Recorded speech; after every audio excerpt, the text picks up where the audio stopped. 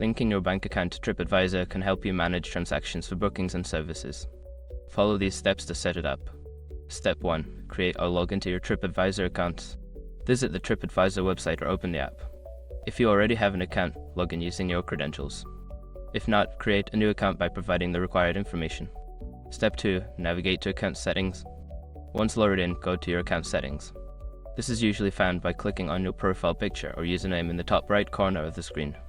Step 3. Select payment methods.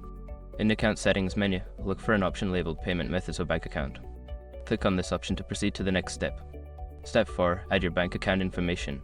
Follow the prompts to enter your bank account details. This may include your account number, routing number, and any other required information.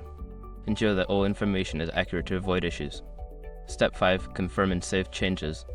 After entering your bank account information, review it for accuracy. Once confirmed, save the changes. You may receive a verification email or notification to finalize the linking process. Now your bank account is linked to your TripAdvisor account, making it easier to manage your bookings. If you have any issues, refer to TripAdvisor's Help Center for assistance.